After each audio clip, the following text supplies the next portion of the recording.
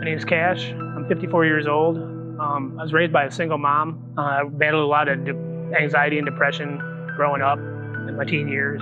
So with the depression and anxiety, I was turned on to alcohol, and it just kind of numbed me, made me feel good, made my problems go away temporarily. So in my early 20s, I got a job at a print shop, and I ended up working there for 28 years, but alcohol pretty much ruined every relationship I was in, including with my 2 kids.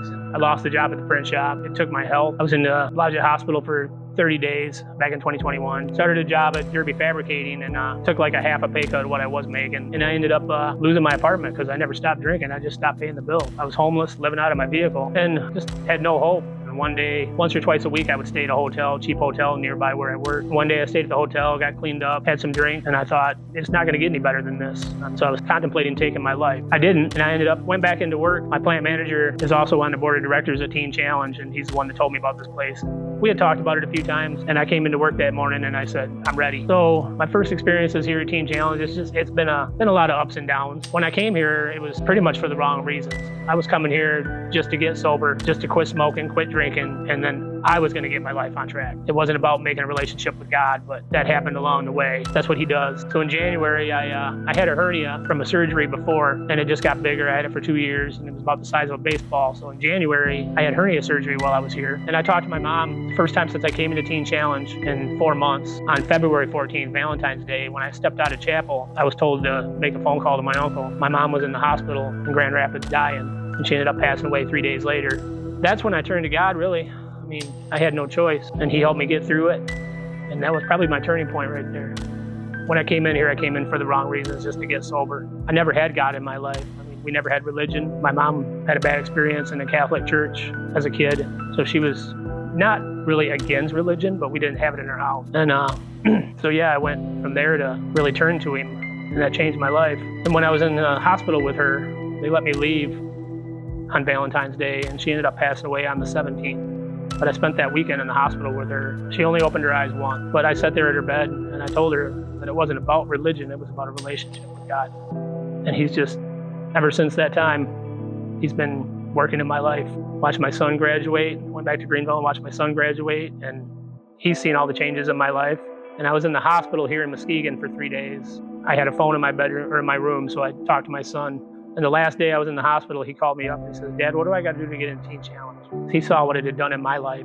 So my time here at Teen Challenge, I'm with the pastors. The pastors are amazing here. The interns are great. And before I came in here, before that changing moment in my life, my plant manager, Mark, had told me about this place. And I called up here a few times, and everybody would talk to me on the phone. It was never, well, what do you got for insurance? I called the suicide hotline one time, and the first thing they asked you was, what insurance do you have? And I could call up here to Teen Challenge and I could talk to interns, I could talk to Pastor Josh, and they would just listen. I had one brother and one sister growing up. They're both 10 years older than me. So I never really had siblings. So then I get thrown in Teen Challenge and I got 30 brothers. It was a lot of getting used to, but I wouldn't trade it for the world.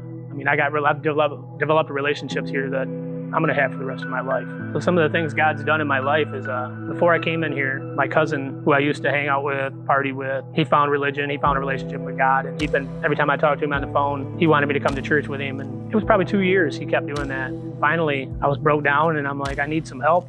So I've been talking to some other people, so I went to church with him. Looking back on it, God was using him, he was using my plant manager, Mark, as vessels to get to me and get me in here. So it's just amazing what God can do. And while I was in here, he used me as a vessel on my passes. I mean, I've had people, family members and close friends that just can't believe the change that they've seen in me, and ultimately used me as a vessel to get my son in here. It's just a blessing right there. I was never really big into praying.